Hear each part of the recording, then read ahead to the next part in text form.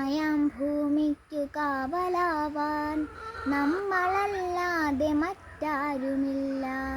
മലയില്ല, മരമില്ല, കിളികളില്ല, മഴയില്ല, പുഴയില്ല, പൂക്കളില്ല.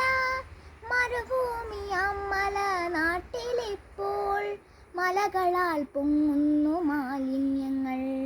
മക്കൾക്കു വേണ്ടി നാം കാത്തുവെച്ച മണ്ണൊക്കെ വിറ്റു വിഷം കലർത്തി.